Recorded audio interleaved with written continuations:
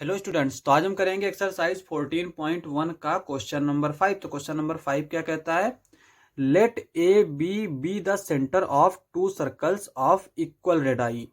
तो यहाँ पे कह रहा है कि ए और बी जो है वो किसी दो सर्कल के सेंटर हैं, जिनके और ऐसे कौन से दो सर्कल हैं जिनकी रेडियस सेम है। Draw them so that each one of them passing through the centre of the other.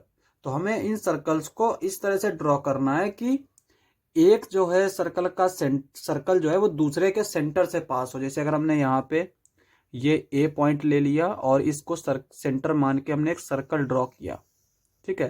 तो दूसरा पॉइंट कहाँ पे होगा? जहां से ये सर्कल पास हो, यानी हम मान लेते हैं कि यहाँ कहीं पे होगा। तो इसको हमने बी मान लिया और फिर हमने जब इसको सेंटर माना तब हमने सर्कल बनाया, तो वो दूसरा कहाँ से जाएगा? इस तरह से। तो ये वाला जो सर्कल है वो इस पॉइंट से जा रहा है, ये वाला सर्कल जो है वो इस पॉइंट से जा रहा है। तो इस तरह के सर्कल बनेंगे, ठीक है।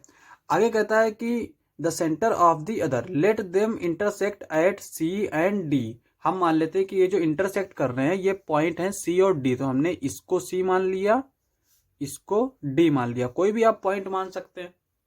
आगे कहता है कि examine whether A B and C D are at right angle. A B और इसके ऊपर ये जो बार लगा होता है इसका मतलब होता है कि ये एक लाइन सेगमेंट है, ठीक है। तो यहाँ पे ए बी लाइन सेगमेंट हमें बनानी है इस तरह से, फिर सी डी लाइन सेगमेंट बनानी है इस तरह से, और फिर देखना है कि क्या ये राइट एंगल पर काटते हैं या फिर नहीं। यहाँ पे 90 डिग्री एंगल बन रहा है या फिर नहीं बन रहा है। तो हम क्या करते हैं, पहले सर्कल ड्रॉ कर लेते हैं।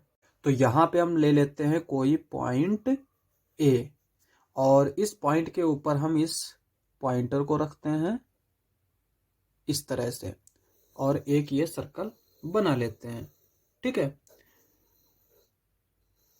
अब यहाँ पे दूसरा जो सर्कल बनेगा वो कैसा बनेगा?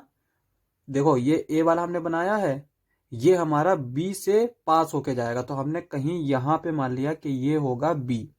तो दूसरा सर्कल जो है वो इस तरह से बनेगा, क्योंकि वो ए को भी पास होना चाहिए। तो यहाँ पे इस पॉइंट को हम मान लेंगे बी, ठीक है। और जहां पे ये सर्कल कट कर रहे हैं उनको हमने पॉइंट क्या दिए? सी और डी। तो यहाँ पे इसको हम मान लेते हैं ये सी है, इसको हम मान लेते हैं ये डी है। अब इन पॉइंट्स को हम मिला देते हैं। तो यहाँ पे ए बी क्या आएगा हमारा? इस तरह से ये हमारा ए बी हो जाएगा। और सी डी किस तरह से ड्रॉ करेंगे? यहाँ पे इन दो पॉइंट्स को हम मिला देंगे, ठीक है, इस तरह से।